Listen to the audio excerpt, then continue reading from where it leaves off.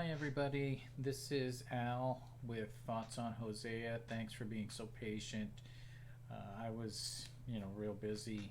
I'm trying to finish up a class for school and got real busy at work. And then, I have other irons in the fire. You know how it is, trying to stay busy during this time and not let my mind wander too freely. I'm just trying to mute this phone for the purposes of this. Okay, great. So now we are continuing with Hosea 5. There's only just a little snippet left, so I am going to go right into 6 after this instead of having, a whole another recording. I thought about that, but then there's just so little left of Hosea chapter 5 that I am going to go ahead and just do the little bit that's left and then go into 6. So last time we saw that the children of Israel had knowledge of a judgment that was coming, and sometimes you get that sinking feeling that something's about to happen, that you've pushed it too far. I've had that feeling many times myself, certainly in my own acting out. So you feel like something's coming down the pike, something's going to happen. And so they had that sense, but they also had the word of Hosea to tell them, hey, something was coming, as well as other prophets telling them that, a judgment is coming, you're going to go into captivity. God is not going to put up with this any longer. So the upshot of it in Hosea, though, is that God is after not destruction, but he is after restoration. He does not want them calling him, and when I say them, the people of Israel, he does not want them calling him master or Baal. He wants them calling him husband. So he wants an intimate, healthy, growing relationship with them. And so they've done a whole bunch of things. You can watch the other videos for, if you want to recap all that. But what happens now in verse 13 is that it says here that when Israel and Judah saw how sick they were, Israel turned to Assyria, to the great king there, but he could not help or cure them. So you see your plight, and so instead of going to the true source of help, and this is common with us, people, in recovery, we have this tendency to fall back on old patterns and old behaviors, and we go to sources of help which are no sources of help at all. Instead of going to the higher power, in my case, the higher power is Jesus Christ, but for you, that's a developing issue, and I leave you to discover and walk that journey yourself. But for me, it was Jesus Christ. So instead of going to the God I knew, right, I would go to all other kinds of sources, and really, those don't help. It's like drinking sand to quench your thirst. And somebody has said that what doesn't satisfy will never satisfy, no matter how much of it you get. So certainly that's true in addictive cycles. So they go to get help from somebody other than the Lord, and there's no help there. And so in verse 14, God describes what his judgment will be like, and he is saying, I will be like a lion to Israel, like a strong young lion to Judah. I will tear them to pieces. I will carry them off, and no one will be left to rescue them. Then I will return to my place until they admit their guilt and turn to me. For as soon as trouble comes, they will earnestly search for me.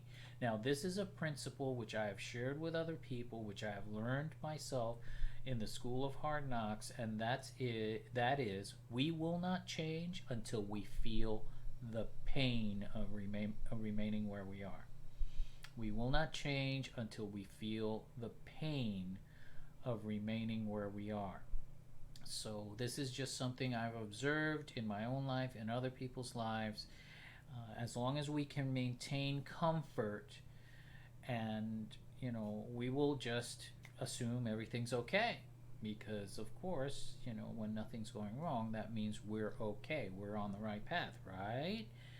So, not necessarily, of course. So, there was a time when a king of Assyria invaded the land, but someone paid him 37 tons of silver to gain his support in tightening his grip on royal power.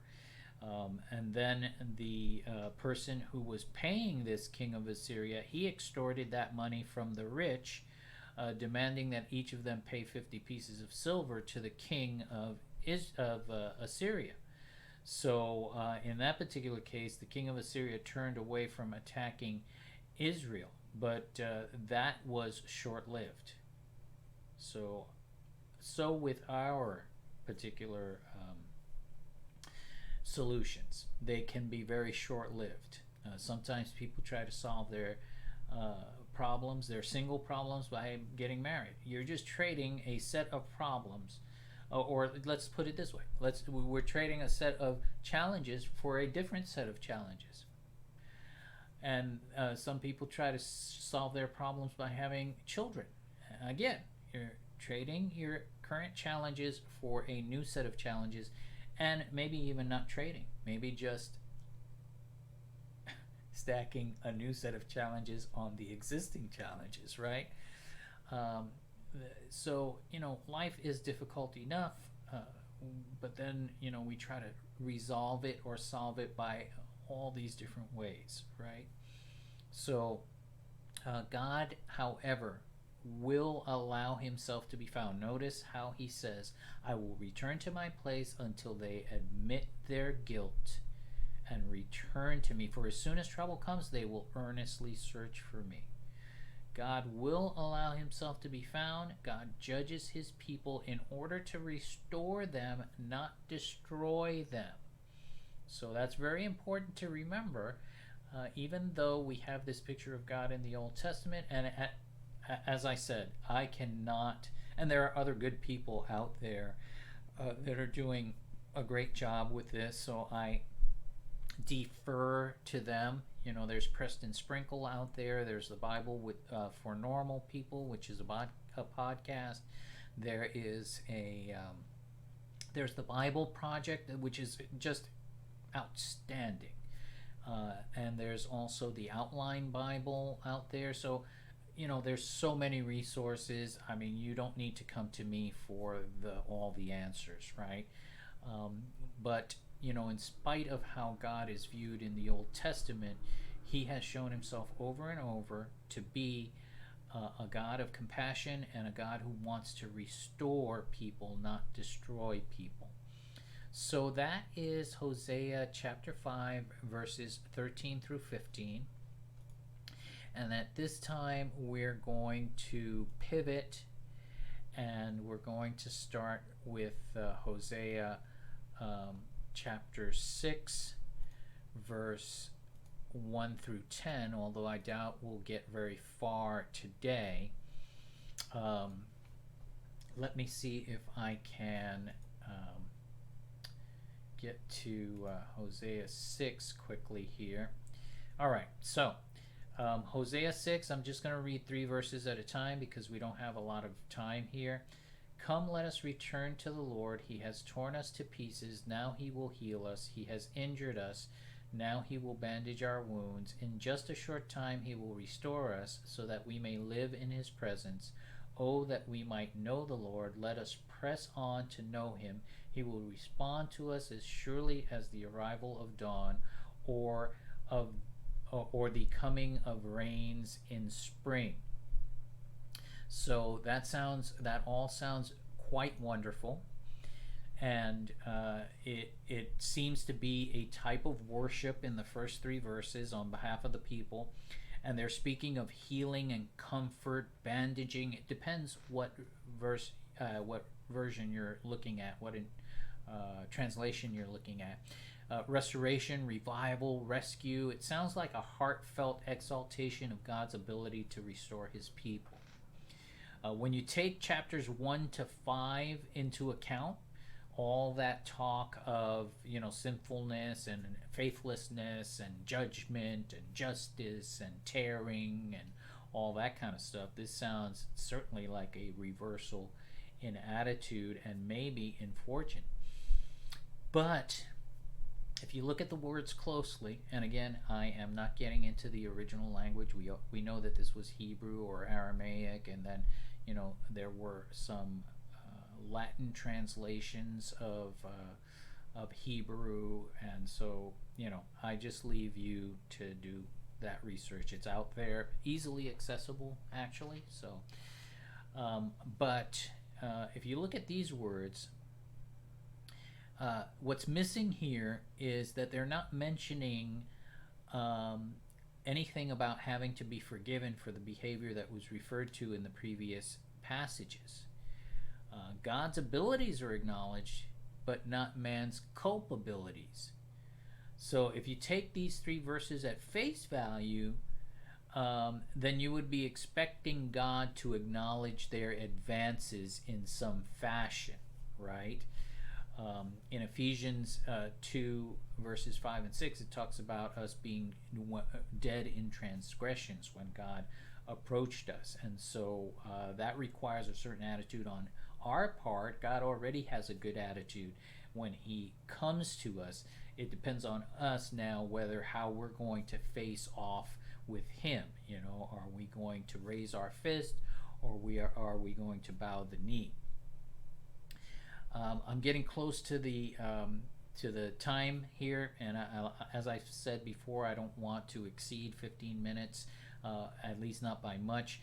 But if we look at verse 4, just verse 4, it says, "O Israel and Judah, what should I do with you, asked the Lord, for your love vanishes like the morning mist and disappears like dew in the sunlight." That does not exactly sound like the kind of response God should make to verses 1 through 3 of chapter 6. I mean, they are extolling his ability to heal and restore and rescue, and they are comparing him to those life-giving rains that come in spring and fall.